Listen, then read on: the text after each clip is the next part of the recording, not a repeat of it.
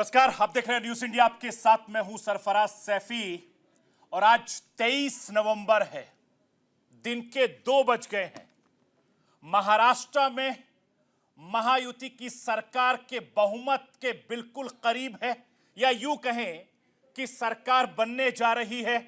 और एक साथ 3 बड़े नेता, चाहे अजीतदा की बात करें, चाहे शिंदे साहब की बात करें, या फिर इसके अलावा आप जो नए मुख्यमंत्री के तौर पर जिसके नाम की ज्यादा चर्चा हो रही है, अगर उसकी बात करें तो गलत नहीं होगा, क्योंकि होम मिनिस्टर ने लगातार तीनों बड़े नेताओं के साथ बातचीत की है।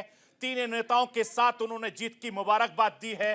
और जिस तरीके से देवेंद्र भाई ने भी कहा कि सरकार बनाने के लिए जो पार्टी के बड़े नेता होंगे वो तय करेंगे, लेकिन तीनों ही गुट में, तीनों ही में, महायुति में, मतलब अजीतदा के लोग कह रहे हैं कि अजीतदा को मुख्यमंत्री बनना चाहिए, शिंदे साहब के लोग कह रहे हैं कि शिंदे साहब को मुख्यमंत्री बनना चाहिए, और देवेंद्र भाई के लोग कह रहे हैं कि देवेंद्र फडणवीस को मुख्यमंत्री बनना चाहिए। लेकिन ये आला कमान तय करेगा कि सूबे का अगला मुख्यमंत्री कौन होगा। इस पर बहुत ज्यादा चर्चा तेज हो रही है। और जिस तरीके से चुनाव हुए, जिस तरीके से महाराष्ट्र में राजनीति हुई, जिस तरीके से महाराष्ट्र में बयानबाजी हुई, उसने हर किसी को हैरान परेशान कर दिया। और जो नतीजे सबके सामने आए हैं उससे हर कोई हैरान भी है कि इतनी बड़ी जीत भारतीय जनता पार्टी को, महायुति को मिल गई। और इसी का फायदा अब भारतीय जनता पार्टी के नेता उठाने में लगे हैं। लगभग अब से 1 घंटे के बाद ये तीनों बड़े नेता प्रेस कॉन्फ्रेंस करेंगे, बताएंगे कि किस तरीके से उन्होंने जीत दर्ज की है, किस तरीके से इन्होंने जीत हासिल की है, और किन किन मुद्दों पर चुनाव लड़ा गया था। क्योंकि मुद्दे सभी जानते हैं, लेकिन उत्तर प्रदेश के मुख्यमंत्री योगी आदित्यनाथ ने जो वहां पर नारे दिए, उसका फायदा भारतीय जनता पार्टी को बहुत मिलेगा। और तस्वीरें मैं आपकी टीवी स्क्रीन पर दिखा रहा हूं, जिसका मैं जिक्र कर रहा था।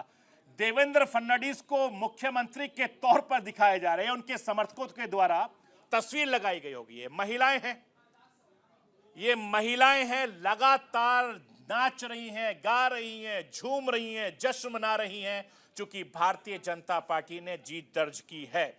इसके अलावा झारखंड की अगर मैं बात करूं तो झारखंड में भी जिस तरीके के नतीजे सामने आए हैं, उससे भी यह साफ है कि जो लड़ाई झारखंड में लड़ी गई थी, मुद्दे थे, बुनियादी मुद्दे थे। इनके अलावा जो तमाम हेमंत सोरेन जेल गए थे, जेल जाने से लेकर जो सहानुभूति की बात की जा रही थी, वो सहानुभूति भी काम नहीं कर पाई। हमारे साथ रांची से इस समय मेरे सहयोगी जुड़ चुके हैं।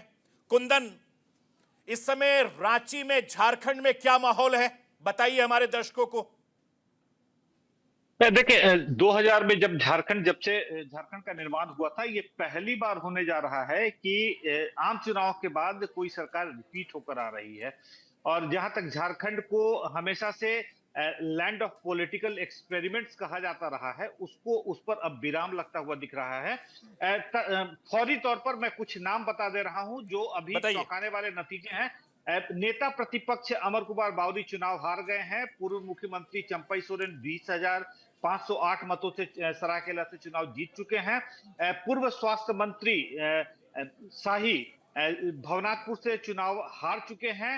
साथ ही लोहरदगा से मौजूदा वित्त मंत्री डॉक्टर रामेश्वर उरांव चुनाव जीत चुके हैं। मौजूदा स्वास्थ्य मंत्री बन्ना गुप्ता अपने निकटतम प्रतिद्वंदी जदयू के सरयू राय से काफी पीछे चल रहे हैं। उम्मीद यह की जा रही है कि अगले 2-3 राउंड में जब मतगणना समाप्त होगी तो आधिकारिक तौर पर बन्ना गुप्ता के हार की पुष्टि कर दी जाएगी।